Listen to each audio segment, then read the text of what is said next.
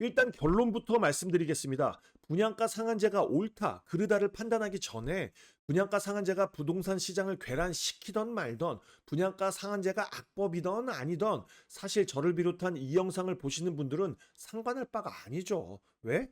우리는 솔직하게 돈만 되면 되거든. 어쨌든 남들보다 싸게, 저렴하게 좋은 곳에 내 집 마련을 하면 됩니다. 그리고 앞으로도 저는 여러분들이 그렇게 할 수 있도록 최선을 다해서 알려드릴 거예요. 그러면 분양가 상한제 좋은 거 아닌가요? 청약에서 싸게 살 수 있는 가장 큰 이유가 분양가 상한제 덕분 아닌가요? 결론만 보면 맞습니다. 그래서 많은 사람들이 분양가 상한제가 서민을 위한 정책이고 없어서는 안 될 제도라고 생각해요. 절대로 아닙니다. 알아요. 이거 굉장히 민감한 얘기입니다.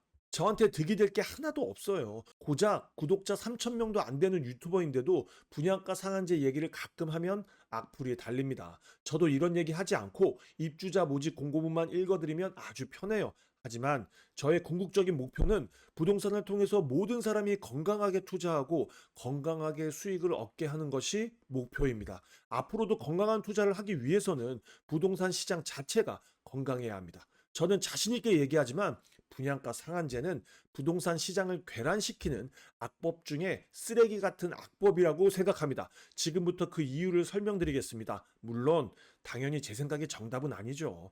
영상 끝까지 보시고 각자의 의견 댓글로 달아주세요.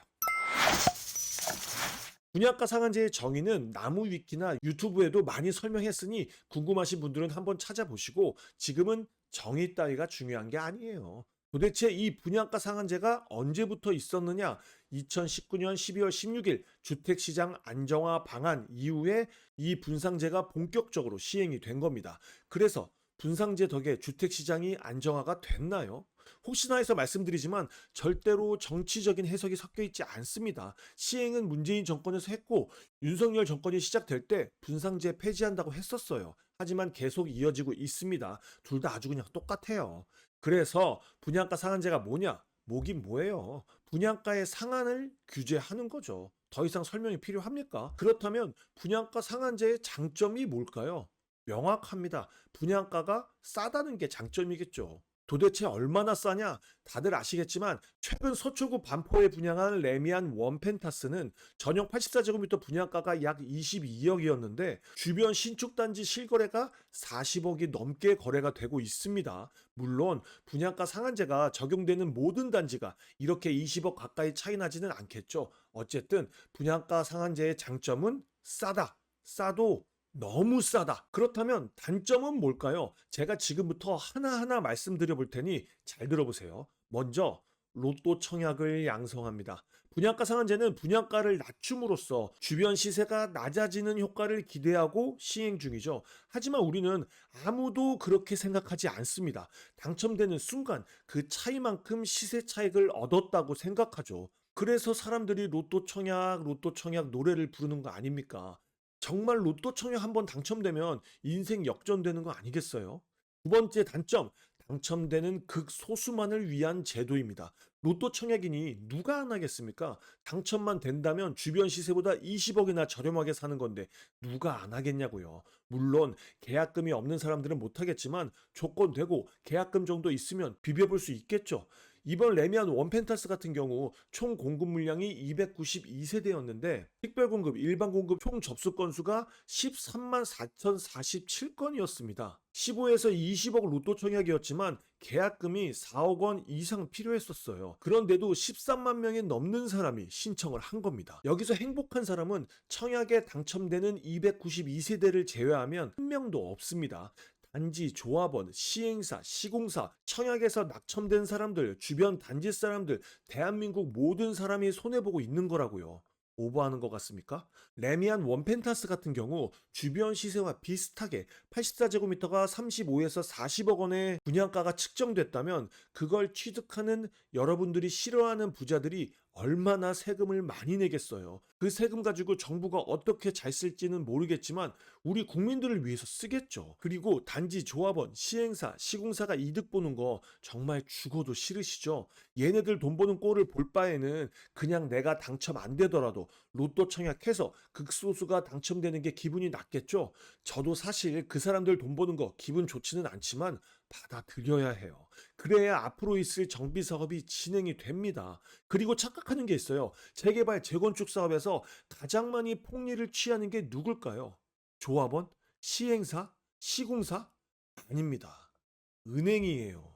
자본주의에서 가장 폭리를 취하는 건 은행입니다. 하지만 우리의 인식 속에는 은행은 안전하게 우리의 돈을 지켜주는 곳, 우리에게 대출을 해주는 곳, 은행은 우리 편이라는 인식이 크게 박혀 있죠.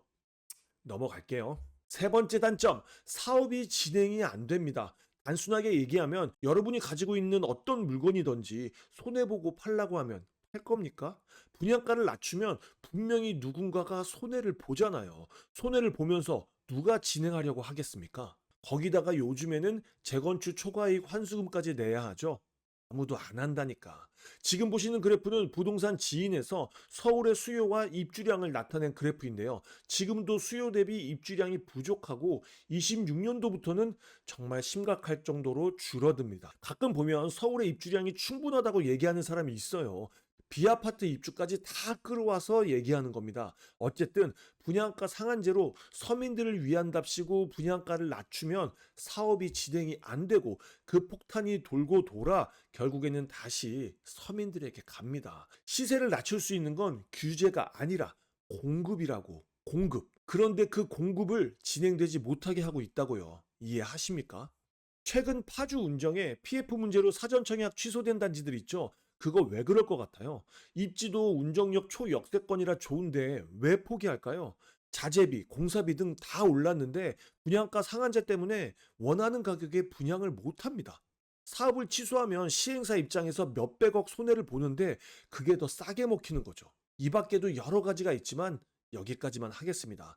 저는 제 영상을 보시는 모든 분들이 부동산을 통해서 돈을 많이 버셨으면 좋겠어요. 하지만 이 분양가 상한제는 규제로 가격을 짓눌러서 부동산 시장을 여러모로 교란시킵니다. 국민들도 청약을 하면 10억, 20억 시세 차익을 얻을 수 있다는 기대감에 한껏 부풀어 있고요. 이거 희망 고문입니다. 가끔 댓글에 분양가 상한제에 대한 얘기를 보면 크게 몇 가지가 있어요. 분양가 상한제가 없어지면 우리가 강남에 입성할 수 있는 기회가 사라집니다. 강남 입성은 로또 청약으로 하는 게 아니라 본인의 가치를 높여서 본인의 능력으로 들어가는 겁니다. 나라에서 이런 로또 청약을 조성하는 게 너무 어이가 없습니다. 또 이런 분들이 있어요. 본인이 로또 청약에 당첨됐고 그걸로 인생 역전했다. 당신들도 할 수 있다. 능력이 안 돼서 못하는 걸 왜 분양가 상한제 탓을 하냐? 그래요. 아까도 말씀드렸다시피 그 당첨되는 몇 명을 위한 제도라고. 그리고 레미안 원펜타스를 시세대로 분양했다면 절대로 완판되지 않았을 거라고 얘기하는 사람들도 많습니다. 그걸 우리가 어떻게 알아요? 수요는 아무도 못 맞춥니다. 제 생각에는 분양가 상한제를 적용해서 몇천 대 1이 나오는 것보다 시세대로 분양해서 10대 1, 2대 1 혹은 미분양 나는 게 더 정상적인 시장이라고 봅니다. 미분양 나면 여러분들이 싫어하는 건설사도 망하는 거고 조합원도 망하는 거잖아요. 그럼 좋은 거 아닙니까?